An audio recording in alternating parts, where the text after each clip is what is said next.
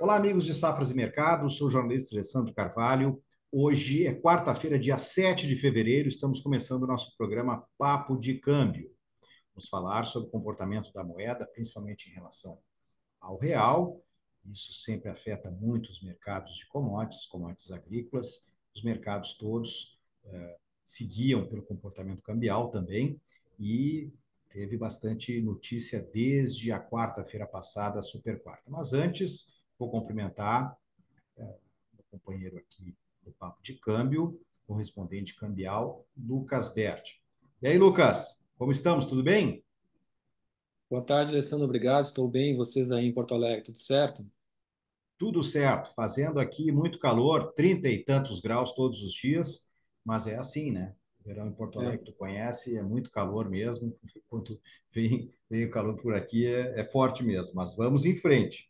Lucas, antes de mais nada, eu digo para você se inscrever no nosso canal Safras TV no YouTube, ative as notificações, deixe seus comentários, o que você pensa do que a gente fala nos nossos vídeos. Todos os dias a gente tem um vídeo novo no nosso canal. Então, se inscreve, né, deixa seu comentário, seu like, que é importante para a gente. E em safras.com.br, conheça a plataforma Safras, todas as informações para o agronegócio lá estão. Nós temos nossa agência de notícias, nossos serviços de consultoria. O que você precisa de informação, você encontra em safras.com.br na plataforma Safras. Bom, Lucas, inicialmente vamos citar aí, enquanto eu vou compartilhar aqui o gráfico do dólar comercial, aí na tela. Vamos citar que na quarta passada a gente teve a super quarta, né? Quarta-feira, faz uma semana, que teve decisão do Banco Central brasileiro, Banco Central americano sobre taxas de juros. No Brasil, como se esperava, o Comitê de Política Monetária, o Copom, reduziu de 11,75 para 11,25 a taxa Selic, taxa básica de juros, né, ao ano. E o Banco Central americano, Federal Reserve, manteve a taxa entre 5,25 e 5,50 ao ano.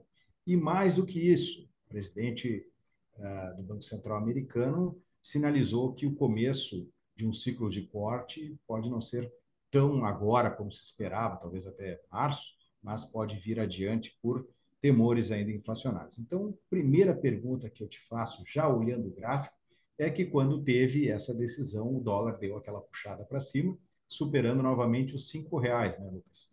O que levou aí nessas questões de decisão de juros ao dólar superar novamente essa barreira importante?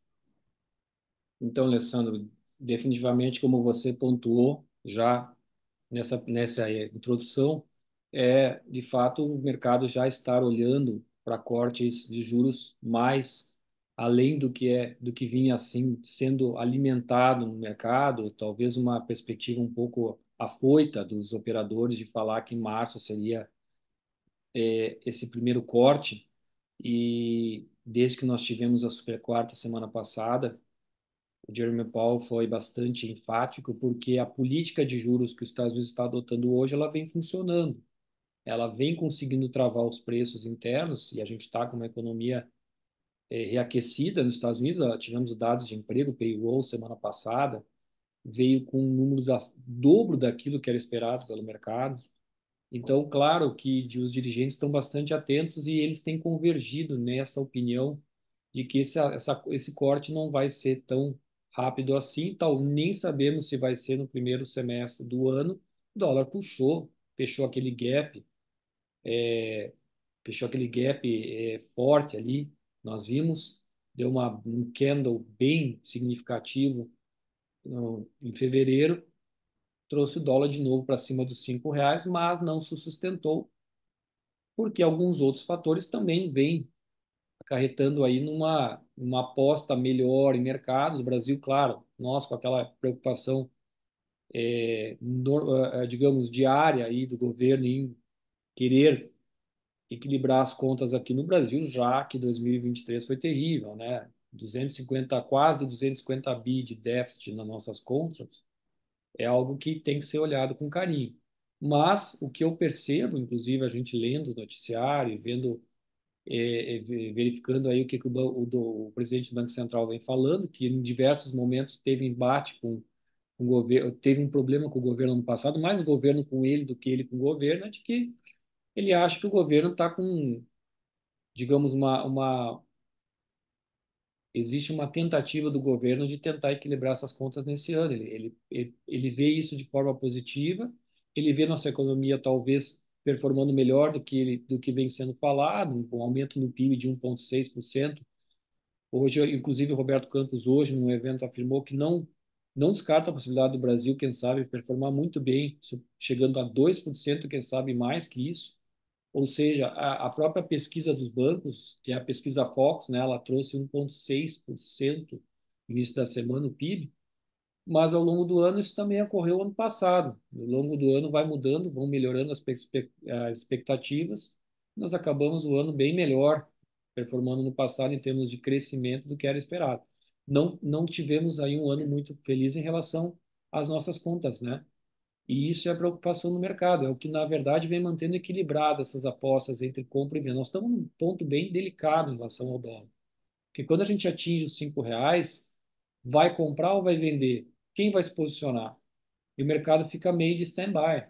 Eu percebo isso um pouco nas operações que eu faço em mercado futuro, em derivativos, né? O pessoal espera puxadas ou caídas muito fortes para operar. Quando o mercado está de lado assim, né, Alessandro? Nós estamos vendo agora mesmo. O mercado está totalmente de lado. Então, os operadores acabam, vou posicionar uma venda, vou posicionar uma compra. É um pouco, eles querem ver para onde que vai romper. Quando rompeu para cima do 5 tinha gente vendendo, né? Mas aí você entra no 5 é um fator psicológico muito importante. Se a gente olha tecnicamente em relação ao que está acontecendo nos fundamentos, o fundamento hoje é assim. A gente teve uma inicial postura do Banco Central aí de não do Fed de já dizer para o mercado o que não vai acontecer, né? Que eles vinham esperando. Isso fez o dólar subir. Não só no Brasil, subindo bem em outros lugares. Claro que, inclusive, eu estava vendo isso, fazendo essa comparação de moedas, as moedas sul-americanas sofreram mais depois dessa declaração do Fed. Outras moedas emergentes nem tanto, tá? Acabaram conseguindo corrigir melhor, performar bem. Mas, tecnicamente, você vê que o dólar está num patamar ainda que pode corrigir um pouquinho mais para baixo. Quem sabe vinha cair um pouquinho ali, próximo, médio, entre essa banda de 4.905, quase R$ 5, ainda buscar uns 4.9450, né? Ele, Ele está operando, Lucas, a 4,96, né? é, E a gente tem mesmo nessa subida aí, ele chegou ali né, como você falou, fechou gap, mas ele bateu ali no 5,02 ali, né? E se a gente for pegar muitos meses para trás ali, a gente for pegar, sei lá, vamos falar de três meses pelo menos, né? 3, 4 meses, o mercado vem ali ainda entre 4,80 no seu fundo e 5, digamos, 0,2 ou perto dos 5,05 no topo. Tem muita gente falando aí que a previsão para o final do ano talvez seja 4,70, né? Outros falam mais próximo dos R$ 5. Mas o questionamento que eu te faço é o seguinte: essa questão dos juros americanos, né? Essa diferença que tem entre os nossos juros está sendo comandado aqui, né? Ritmo de queda e manutenção lá, com tendência de que se mantenha assim ainda nos próximos meses, né? Possa demorar mais do que se imaginava ainda para começar esses cortes, a gente tem esse spread, essa diferença aí, podendo realmente trazer pressões, não sei se momentâneas, mas havendo pressões de alta para esse dólar, né? Para manter ele mais próximo dos R$ 5. Não te parece isso, Lucas? Eu não sei claro, como é que tu absolutamente. está enxergando. Não, absolutamente. Se você não corta a taxa de juros nos Estados Unidos e você vem cortando ela no Brasil, os juros lá acaba sendo interessante para quem investe, né? Para quem deixa Claro. rentabilizar. Agora, a questão toda é, no momento que você não corta e os juros ficam prolongados lá fora, será que o Banco Central aqui vai fazer os devidos cortes, que vêm sendo programados? Se a inflação se vem controlando a inflação de uma forma que consiga fazer cortes, claro, ou estão prolongando mais porque querem achatar bem. Claro, isso foi o que, inclusive, o Fed falou, né? Eles não querem cortar juros antes de eles aproximarem a inflação anual deles a 2%, né? É a meta deles. Agora, aqui no Brasil, a gente tem que ver se nossa inflação vai ficar controlada também. A gente tem IPCA aqui, a gente tem IPCA de janeiro agora, quinta-feira vai ser divulgado amanhã, e a gente já vai ver alguns números, né? Se nós estamos com nós contendo a nossa inflação aqui, porque se o Brasil de repente tem uma fuga, chega a subir muito rapidamente algum dado desse chega a sair um pouco do controle, a gente pode também ver alguma reavaliação do Banco Central. O que o governo quer, e eu acho que o Banco Central quer, é poder cortar juros para poder dar estímulo para o mercado, né? Você dá liquidez para as pessoas vão pegar dinheiro, custa menos para você pagar lá na frente, tá? Agora, tem que estar controlado lá fora também. E eu acho que o Fed, eles foram até um nível de, de revisão para cima, que eles agora nós vamos esperar para ver se vai baixar mesmo, né? Se a gente vai achatar essa inflação, é o que eles querem. E aqui no Brasil, enquanto eles forem cortando juros e manterem lá fora, claro que isso aí ajuda o dólar a dar uma subidinha. Mas é tudo muito controlado, porque essa equação ela não é muito simples, né, Alessandro? Você sabe, né? Não, bem Claro, complicado. quando a gente está baixando, cortando juros aqui no Brasil, porque a nossa inflação também está controlada. Aí o investidor também olha um pouquinho com bons olhos o Brasil.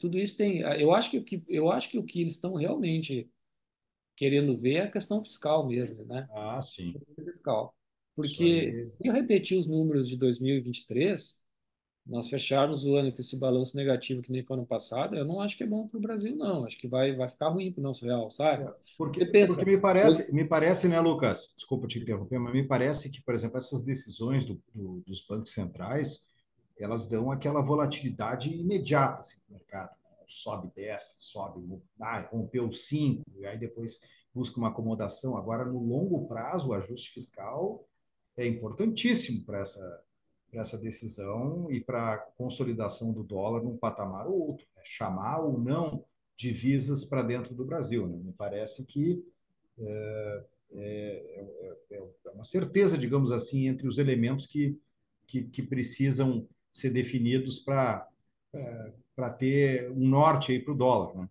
é a confiança que o investidor acaba tendo no mercado que ele vai investir, né? Você vai botar dinheiro numa empresa que você não sabe que eles estão gastando corretamente, né? Complicado, né? Foi o que aconteceu com as ações da Petrobras, quando caiu muito, porque quando aconteceu os escândalos da Petrobras, o pessoal começa a tirar dinheiro da empresa. Normal. Então a mesma coisa acontece com o país, né? Tem que ficar bastante atento a isso, tá? Relação fiscal. Pensa, Alessandro, que em 2022 nós fechamos com superávit de 126 bi e agora nós fechamos com 250 bi de déficit, né? Foi uma virada de mesa muito forte. Então, claro que teve a questão dos precatórios, o governo se livrou dessa questão aí, né? Dívidas Sim, antigas do governo com a União, quase 100 bi. São coisas que estouraram na mão, estouraram em 2023 na mão, nesse novo governo. Agora, a questão é saber como é que vai ser a conduta fiscal no ano de 2024. Isso vai pesar para nós. E temos também a questão eleição nos Estados Unidos. Então, ainda nós não estamos vivendo isso nosso dia a dia, mas logo que começar a corrida eleitoral nos Estados Unidos, né, a gente tem uma potencial possibilidade de Trump voltar para o páreo, voltar para, né, para brigar por essa presidência, né, assumir o cargo lá, não sabemos. isso é E uma coisa que mexe com tudo, né? Mexe com o gera volatilidade. mercado Vamos lembrar, mundial. exatamente no ano, inclusive, que o Trump os anos que o Trump era presidente, nós tínhamos bastante volatilidade no mercado. Existia muito aquela questão de rivalidade dele com o mercado chinês. Falar em China também acho que é importante a gente pautar aqui, Sim, porque a China está um pouco assim, nós estamos vendo no noticiário algo um pouco secundário. A gente não sabe bem qual é a situação que está na China, porque nós não recebemos ela de forma tão transparente. Nós sabemos que dados que são divulgados do mercado chinês, eles nem sempre são tão transparentes. O que a gente sabe, por exemplo, que eu cheguei a falar no meu podcast essa semana, no meu podcast no que eu mando para os clientes é que os estoques de minério chineses não estão sendo recomprados. Ou seja, a China não está repondo estoques. Quando ela não está repondo estoques, ela está dizendo para o mercado o seguinte: eu não preciso de minério, porque não está, a atividade não está aquecida ao ponto que eu precise comprar mais. Isso é É. preocupante. Por outro lado, nós temos o governo chinês afirmando que vai injetar liquidez no mercado, que vai ajudar a dar, a dar incentivos fiscais para o mercado, e ele vem fazendo isso, mas a gente tem que entender se isso não são medidas para tapar o sol com a peneira, porque o problema lá é sério. A Evergrande, que é um grande grupo imobiliário, pediu falência, fechou as portas, né? Um grande Isso que eu escopo. ia te dizer, Lucas, até para fazer só agregar para seguir o teu pensamento aí, tem surgido notícias aí envolvendo essas quebradeiras, né?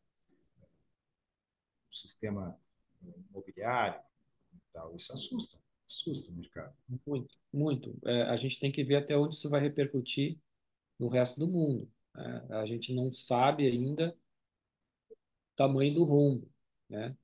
De fato, pro nosso real, exportar minério é muito importante. A gente traz muita divisa com isso. As commodities são importantes. Nós somos um país de commodities, né? E aí nós podemos entrar também em outro segmento de commodity, que é o petróleo. Ou seja, o petróleo não vem performando bem. Teve uma pequena reação há dias atrás, superou os US$ 80 o barril no Brent em Londres.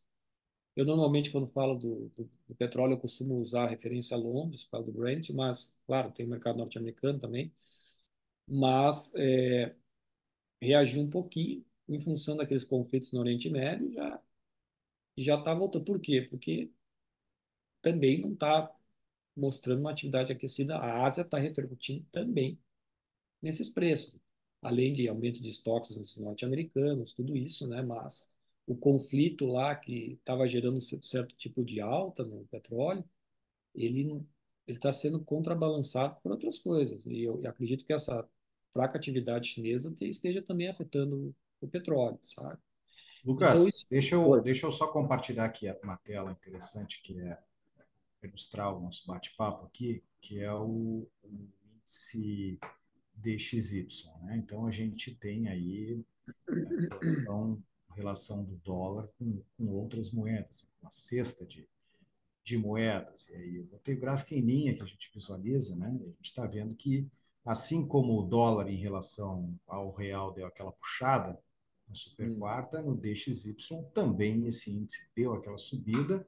E assim como aqui também, depois o mercado deu uma acomodadinha e está se acomodando. Mas nesse topo aqui, ó, Lucas, todas essas questões que a gente está conversando aqui, né?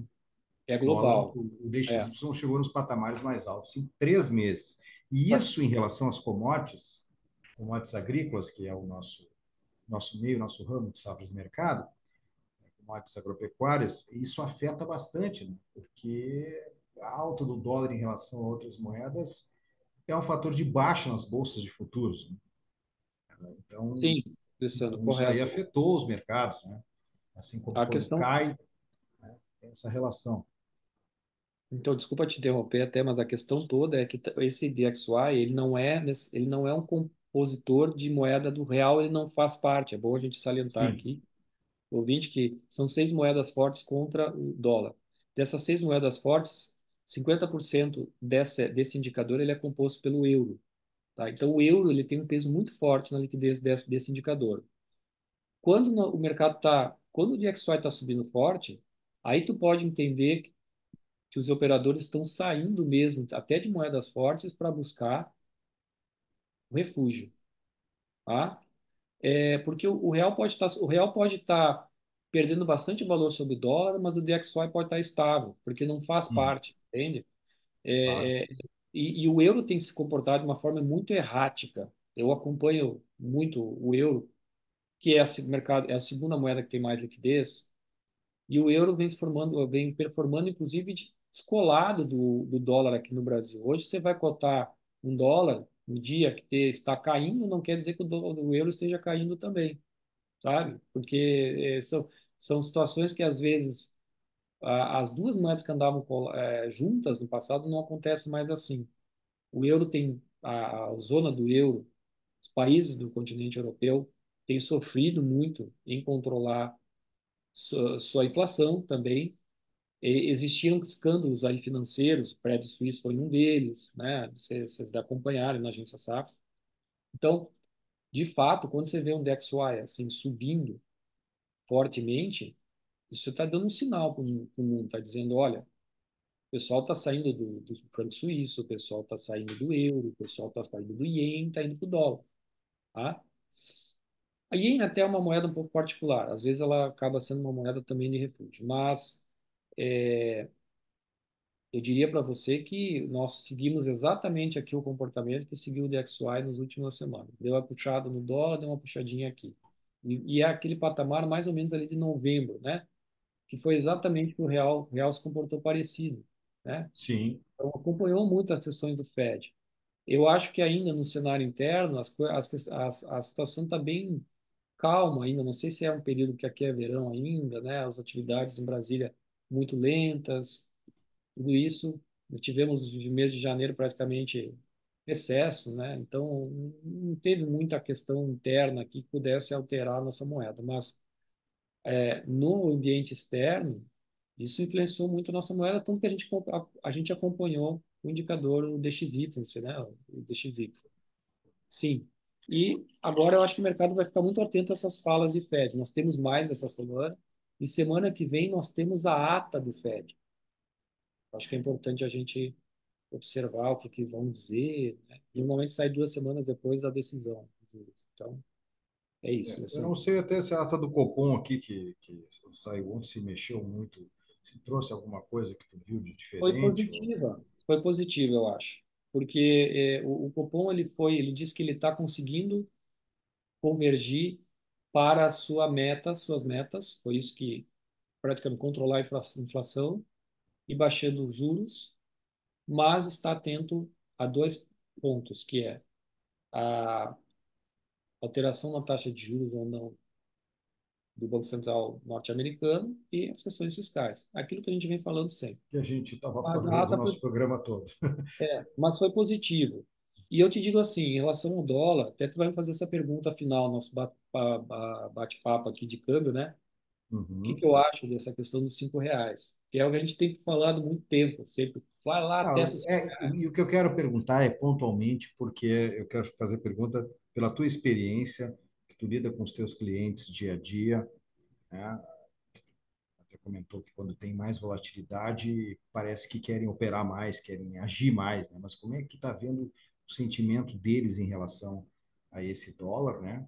Que está ainda ali margeando R$ 5, que tem essas perspectivas que se colocam aí dele, de repente, dar uma recuada até o final do ano. Mas o que que tu sente em relação a isso? E aí sim, fazendo a pergunta que tu já está dizendo que eu vou fazer, e realmente vou fazer, se tu acredita no dólar se mantendo ao redor do que está. Eu acho que é o seguinte, eu vou começar pela sua última pergunta. Quando a gente observar um pregão que o dólar fecha acima de 5, a gente começa a olhar que talvez vá buscar um 5,05. O que não aconteceu nesses dias que o dólar rompeu os R$ 5. E foi exatamente o que aconteceu. Eu não sou vidente, eu não tenho bola de cristal, mas ao longo dos anos que a gente vai operando, vai vendo como é que se comporta o dólar, ele precisa se consolidar num patamar. Ele não se consolidou acima dos 5, nenhum desses dias. Veja, ele tem uma imensa dificuldade de romper os R$ 5 e ficar lá. Você reparou isso, né? Aí não faz pouco tempo. Se você voltar o gráfico aí, talvez a gente vai ver que está Vamos, com dificuldade de romper e se consolidar no 5, tá? Quando ele se consolida no 5, ele vai buscar um 5,05 e depois talvez volte e vá para 5,10, 5,15, né? Então, se nesses próximos dias, até o nosso próximo programa, tiverem pregões que ele vai fechar final do pregão acima dos R$ 5, eu acho que vai puxar mais, tá? Pelo menos buscar um 5,05, ok? botei aí na tela, Lucas, acho que está É, ilustrando. porque se você olhar exatamente esse canal, ele tem espaço. Nós olhando agora, me parece que ele teria um espaço para correção. Primeiro dá uma corrigidinha. né? Vinha ali ao meio dessa banda, que eu não consigo mostrar com os meus dedos aqui, mas entre o 4,90, digamos ali um pouquinho próximo do 5, eu diria ali 4,94, mais ou menos, o meio, corrigiria. Seria uma correção plausível dentro de uma oscilação da moeda. Mas o canal mais longo, que vem lá de início de 2024, ele é um canal de alta, você está vendo? Então ele Sim, talvez ele vá buscar um pouco mais. Aí que é aquele 5,05 que eu te falei se rompeu o 5. Então precisa um pregão para fechar acima do 5 para nós podermos ter aí talvez um dólar que fique operando acima desse patamar psicológico, que é tão difícil para o operador. Agora, em relação aos meus clientes, enquanto o mercado está de lado, você não tem, às vezes, realmente operações tão fortes, especialmente para quem faz futuros. O pessoal espera para fixar preço quando tem grandes volatilidades, porque a fixação de preço ela não é só na compra ou na venda, né? Você pode ser um vendedor de um produto, mas você fixa na compra também, sabe? Um dólar futuro, sabe? Então, o que acontece que eu vejo especialmente a clientes da área agrícola, se esse dólar rompe os R$ 5, eu acho que talvez eles vão apostar numa vendinha, tá? Para ver se conseguem oscilar um pouquinho, ganham uma vendinha para ver se ele vai baixar um pouquinho. Eles têm aí um certo tipo de proteção nessa parte aí, tá? Agora, para um retorno, a compra começa abaixo dos 4,90, né? Esse tipo de operador, derivativos, NDF, hedging, tá? Já o operador que faz compra mesmo no mercado à vista, quem não quer pagar acima dos 5 está comprando hoje. Tem muita gente que faz venda casada, né, importação, compra já nos, não quer que supere os R$ 5, né? Já está com o real estabelecido aí nos R$ 5, mais ou menos, para o seu produto casado no Brasil. Então ele já está comprando, está aproveitando agora, porque, como eu te falei, a gente nunca sabe se esse mercado rompe para cima forte e vai embora depois, né? Veja o que aconteceu em outubro lá do ano passado. Tá vendo ali? sim. Deu. Então, o que que impede disso acontecer, né? Então, você não quer ver isso, né? E também aqueles 4,70 que o pessoal vinha falando, essa tá longe, né? Você olhar hoje assim, como você falou, manutenção de juros nos Estados Unidos, cortando Selic aqui, não sei se tem espaço para cair até 4,700, né? Bom, Eu Lucas, não. vamos observar. Estamos chegando ao final do nosso papo de câmbio, Lucas. Não sei o teu recado final aí para a gente encerrar nosso papo. Olha, o meu recado final é aquele: observar se nós vamos ter um pregão de consolidação acima dos 5. Se ficar acima dos 5 num fechamento do pregão, acho que você pode pensar num dólar um pouquinho mais puxado, né? É isso. Esse é o recado que eu dou. Observar esse fechamento aí. Excelente, Lucas. Muito obrigado. Antes de me despedir de ti, eu vou dar um recado para o pessoal que nos assiste, que na nossa descrição do vídeo tem nossas redes sociais, esteja junto com a gente, assim como na descrição do vídeo tem a nossa lista de cursos e eventos. Clica lá para você se inscrever e ter mais também informações sobre os eventos. Lucas Berti, muito obrigado mais uma vez por esse bate-papo e até a próxima. Eu agradeço, Alessandro. Até a próxima. Obrigado.